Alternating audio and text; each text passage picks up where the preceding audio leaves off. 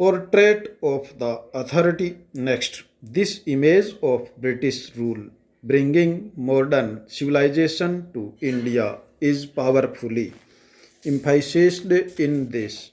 Numerous pictures of late 18th century Calcutta drawn by the denials in these drawings you can see the making of New Calcutta with wide majestic European style buildings and new modes of transport.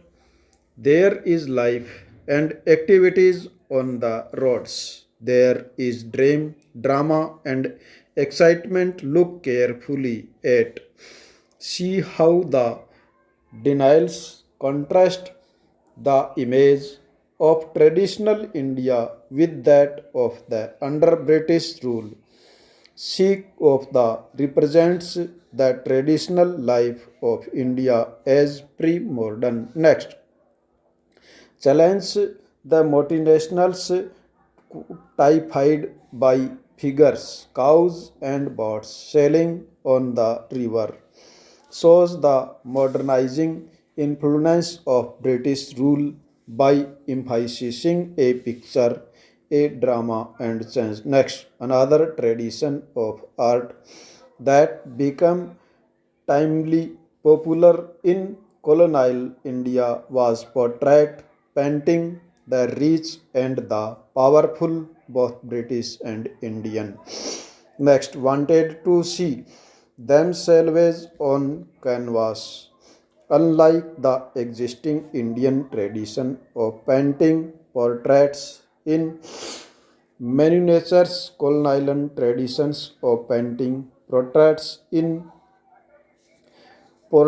were life-size images that looked lifelike and real. Next, the size of the paintings itself projected the importance of the patterns who commissions these portraits. This new style of portraiture also served as an ideal means to discipline the lavish lifestyle, wealth, and status and the empire generated. Next, European artists brought with like the next and ideas of the realized. This was a belief that artists had to observe carefully and depreciate faithfully what the eye saw. What the artist produced was expected to look real and lifelike.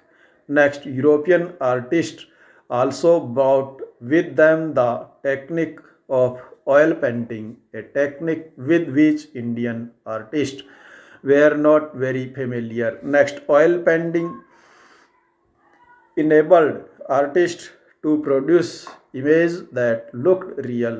Not all European artists in Indian were inspired by the same things. The subjects they painted were varied, but invariably they seemed to emphasize the superiority of Britain, its culture, its people, its power. Let us look at a few major trends within imperial art. Next, looking for the picturesque, one popular imperial tradition was that of picturesque landscape painting. What was the picturesque? This style of painting depicted India is a quaint land to be explored by the traveling British artists. Its landscape was wild, seemingly untamed by the human hands. Thomas Denial and his nephew William Denials were the most famous of the artists who painted within these traditions.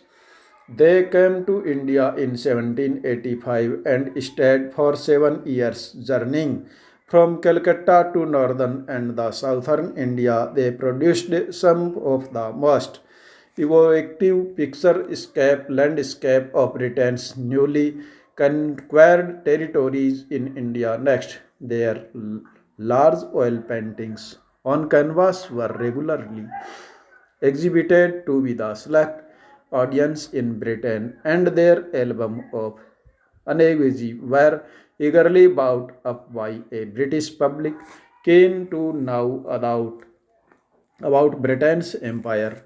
Picture 2 is a typical example of a picturesque landscapes painted by the Dandelions. Notice the runs of local buildings that were once grand. That building are reminders of post glory, remains of an ancient civilization that was now in ruins. It was as if these decaying civilizations would change and modernize only through British government. Next, some days ago, I want to joking in the next station. Next, what happened to the court artist? What happened to artist who earlier painted miniatures? How did the painters at Indian courts react to the new traditions? Imperial art. We can see different trends in different courts. In Mysore, Tipu Sultan not only fought on the British on the battlefield but also resorted to cultures, traditions associated with them.